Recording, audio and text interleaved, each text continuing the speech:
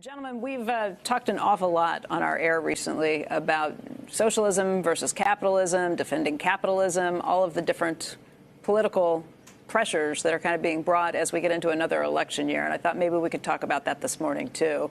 Over the weekend, several questions came up about defending capitalism. And Warren, you did step out and say that you're a card-carrying member, a card-carrying capitalist in front of everyone. What do you think about the attacks that we've seen to this point on capitalism? Well, I don't think people exactly even know what they're talking about. It isn't that capitalism is perfect, but if you look at what was here in 1776 and look at what is here now, this country has done an incredible job in terms of the deployment of resources and human ingenuity, and that is a product of the system. Now, does that mean that every decision should be made simply by open market determinants?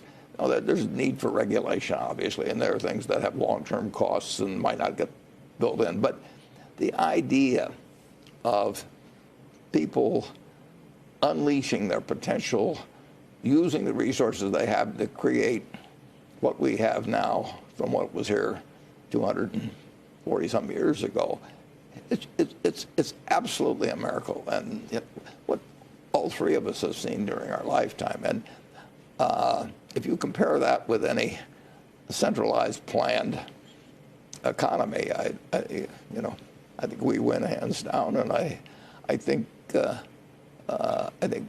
we've just started with what capitalism can produce in the United States. But I do think it obviously it needs certain rules and regulations.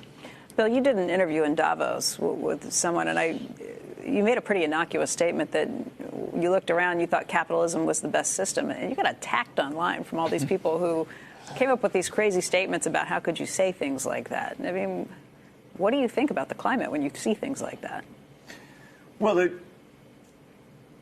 some people think when you defend capitalism, you're defending the tax rates we have today and saying that higher absolute tax rates or more progressive tax rates, that you're disagreeing with them. And I don't think Warren and I are disagreeing that you could make the taxes more progressive. In fact, we've been very explicit in some areas, like the estate tax, and saying we think that would be a good thing. Socialism... You got your wish, it came back.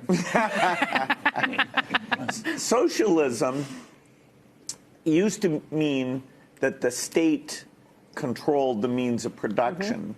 And a lot of people who are promoting socialism actually aren't using that classic definition. So what we're going to have is capitalism with some level of taxation. Most people really aren't arguing against capitalism. There may be a few, but most people are just saying that the taxes should change. Although you do have someone who I think is polling the second highest in the Democratic Party right now, who was a socialist until very recently, Bernie Sanders.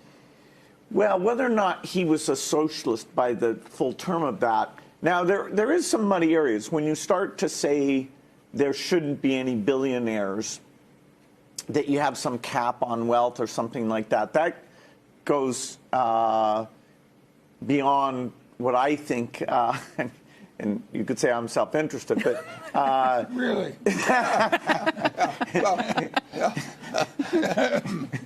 We will exempt the present ones. No, but government needs to reallocate some resources. I mean, the extreme case would be in World War II. I mean, that's the closest we've come to socialism. You had an Office of Price Administration. You had a War Production Board. And you had, but during peacetime, you're always prepared for war, and you do that through government.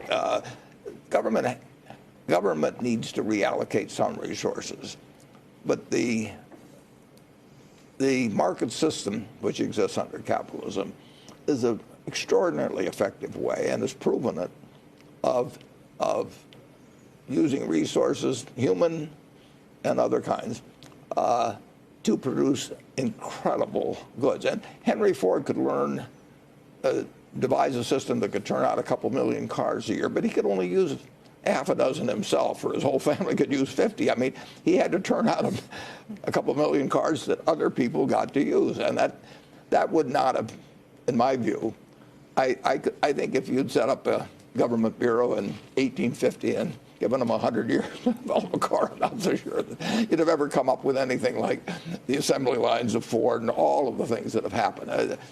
Human ingenuity is incredible, and you want something that maximizes its use and then curbs a few of the ideas that some of those people may have to sort of have it fall for themselves. Charlie, you've made the same point. The great proof of how capitalism works is China. When China copied Singapore and let the farmers own their own plots and let the manufacturers own their own businesses and so forth, China's productivity increased many times, and they went from rural poverty to modern extreme wealth, and they did it by adopting a fair amount of capitalism. Now, if a Democratic politician doesn't understand that, he's nuts. You've made the same point, though, Charlie, that you think private sector does it much better than the government sector. However, a lot of these people who are running also want to make government much bigger. Do you have a quarrel with that or no? Well, as they say, if you love your post office, you're going to love socialized medicine. Yeah, and they don't necessarily want to make it bigger in terms of redistributing. They may want to. The market system is brutal, and it leaves behind people who are perfectly wonderful people who don't have market-related talents. And who are just unlucky. Yeah, just plain unlucky. And in a rich society, believe me, if we have a war or something like that, we call on those people and pay them practically nothing to go fight for us. We want goods flowing, but it's going to displace the textile worker that we used to have and so on. So the function of government is not necessarily to get bigger. It may be in an important way to take care of people who, for one reason or another, get left behind in a market system that you also regard as essentially this huge source of wealth and goods and services. So how do you fix the problems, or at least the perception of problems, which there's a huge perception out there in the American voting right now? Obviously, it would help if our government were wiser. And it would be wiser if the two sides didn't hate each other so much. Anger drives out reason. And there is absolute cold fury between politicians on one side and politicians on the other. It's quite counterproductive. For that reason, I don't allow myself to get angry at politicians. How would you fix it? Well, I just don't let myself get that angry at politicians. I don't expect them to be Berkshire has worked better because Charlie and I have never been mad at each other. Yeah. It just does. I mean, way better. If we got mad at each other, I'd try and kill his deals. He'd try to kill my deals. It just doesn't work that way. We don't need a couple of alpha males blustering at one another over this stuff. They ought to just cool it and take a little reputational hit and get the feathers rumbled down. We ought to worry about the people that don't fit into the system. We want the system. And a lot of people are getting left further and further behind because as capitalism gets more advanced, it gets more specialized, and there actually is greater difference between the haves and the have-nots. And the haves can take care of the have-nots. And the interesting thing is both parties basically agree on that. They just... Yes, how you get there, that gets complicated. Income tax credit can make a huge jump in that direction. I mean, Social Security... we've done various things. Over the years, we have improved. We've improved the public school systems. We've improved things that do give people